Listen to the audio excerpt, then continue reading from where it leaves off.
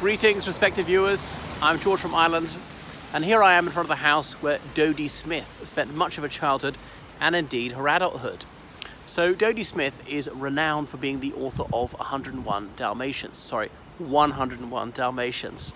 That children's classic, which has been made into a cartoon. It's like that in my childhood. When I was a teenager, then it was Glenn Close played Cruella de Vil in a Hollywood version thereof. So Dodie Smith was slightly annoyed that this childish piece of hers, which she was fond of, overshadowed her more serious work, which was aimed at grown-ups. I tend not to say adult work because people sometimes get the wrong end of the stick. Anyway, so she was born in Lancashire in 1896, I got that right, into a quite well-off family. Her father's a bank manager. So she moved to Manchester when she was a toddler, spent a lot of time at her grandparents' house, and her grandfather was very keen on the theatre, and she credited him with inspiring her to be a thespian and indeed a playwright. So her father died when she was quite young, and her father married another man. So they moved to London, and she went to St Paul's Girls' School, which had been founded only very shortly before, in 1904, over in the sort of western area of London, like Hammersmith, still going. One of the most illustrious girls' schools in the realm. So she was fairly academic, but more inclined towards things thespian, and she went to the Royal Academy of Dramatic Art, again, which had been founded not too long before, RADA, thought to be the most august drama school in the kingdom. And so soon she was treading the boards in the West End. Now, she didn't marry for quite some years. In those days, a married lady was expected to give up her acting career because it had a whiff of the not quite respectable to it. And then she was highly unusual in actually writing plays and having them performed even in the West End. She was a trailblazer in that regard. Very few women had written plays, and very few still had them performed in the most prestigious theatres in the West End. That's London's theatrical district. Anyway, so she also wrote some prose and so on. So she did get married, and her husband was a conscientious objector in the Second World War, which made them deeply unpopular. They later moved to the United States.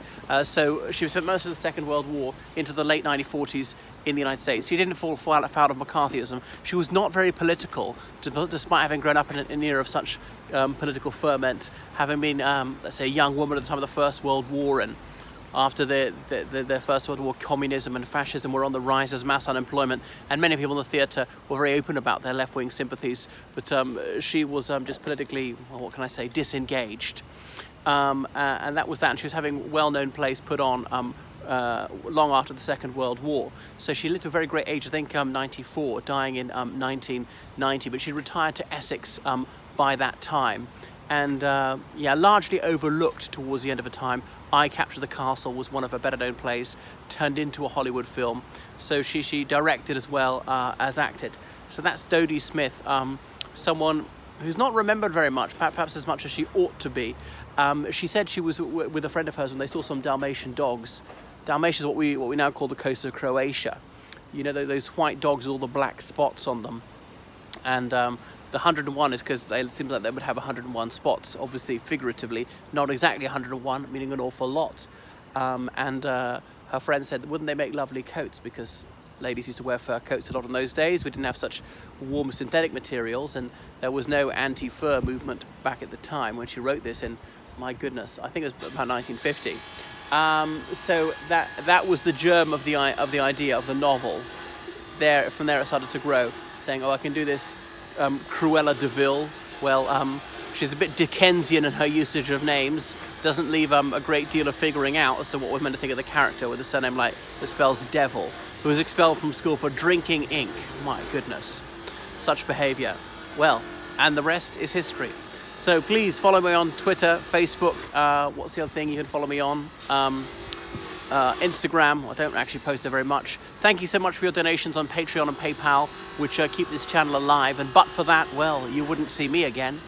And book online lessons with me in history, English literature, politics, religious studies, geography, classical civilization, French, and get me to translate for you from French, Spanish, Italian, German, Romanian, and Russian. I edit documents. I help people write their CV and covering letter and all sorts of academic projects. Book me as your tour guide in London.